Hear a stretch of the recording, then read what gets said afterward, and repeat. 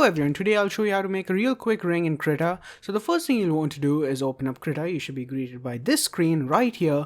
Next you'll want to go and click on File, New, and make a document named Ring, whose dimensions should be 256 by 256. The resolution can be 72, it doesn't really matter. Click on Create, and this right here is your canvas, this white area. So the first thing you'll want to do is click on this layer 1 option over here.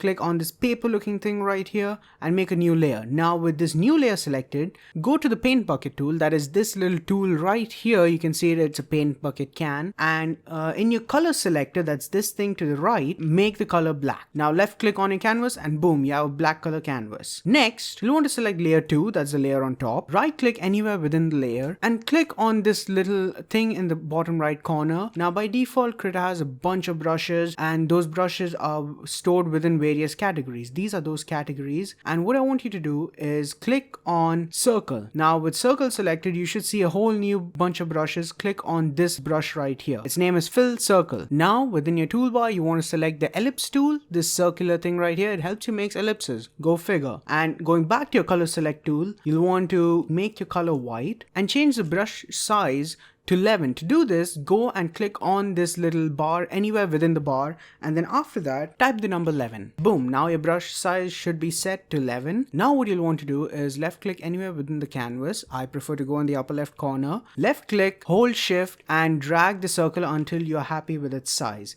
I want my circle to be somewhere along that size. That's pretty good to me.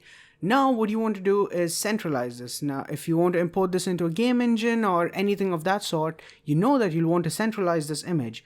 That basically means putting it in the center of your canvas. And to do that, what you want to do is click on View, that's up here. Click on View, click on Show Grid.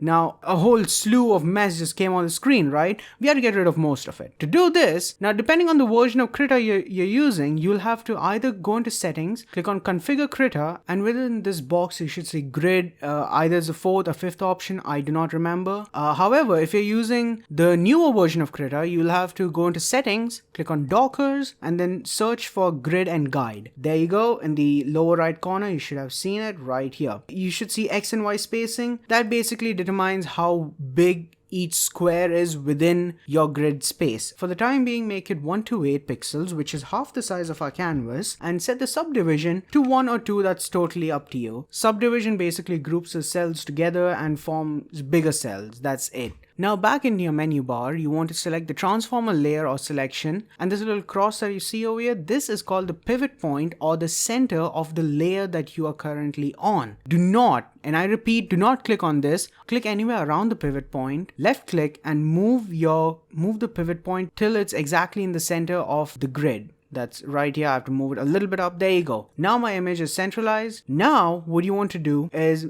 create a filter mask. And to do this, you have to go back over here to where your layers are. And you should see this paper with a plus on it. Next to it, you should see this arrow. Click on the arrow, create filter mask. And now under this, you want to go to blur and select Gaussian blur. And within the Gaussian blur, you'll want to set it to 16. And boom, there you go. As you can see, our ring has a soft outer edge as well as a soft inner edge.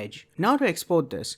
Now you can export this as it is, that is by clicking File and Export, but since we want a PNG, as in remove the background and just we want this ring, we have to disable the background layers. That is our layer 3 and layer 1. Do this by left clicking on the weird eyes that you see next to the layers. That's it, and boom, with this our layers are gone. Now we can click on File, Export, select where you want Krita to save the ring, and in the drop down menu over here you should see Save as Type. Click on that and change the type to PNG image. Click on Save, and whatever options you see over here, leave them as they are, and that's it. There you have it. This is our ring. Alright, real quick, before the video ends, I want to say that you can actually use different brushes. You don't necessarily have to use a brush I said. However, please bear in mind that you might accidentally have overlapping brush strokes, which will end up looking weird in the final product. As you can see in these images right here, you have the overlapping issue. It's not exactly noticeable, but it is if you look at it properly. Demkeys has done an excellent tutorial on using a similar ring in Unity to make a sort of ripple effect using the particle system. I've left a link in the description down below to his video. Please check it out. It's a very good tutorial. And thank you all so much for watching. Goodbye.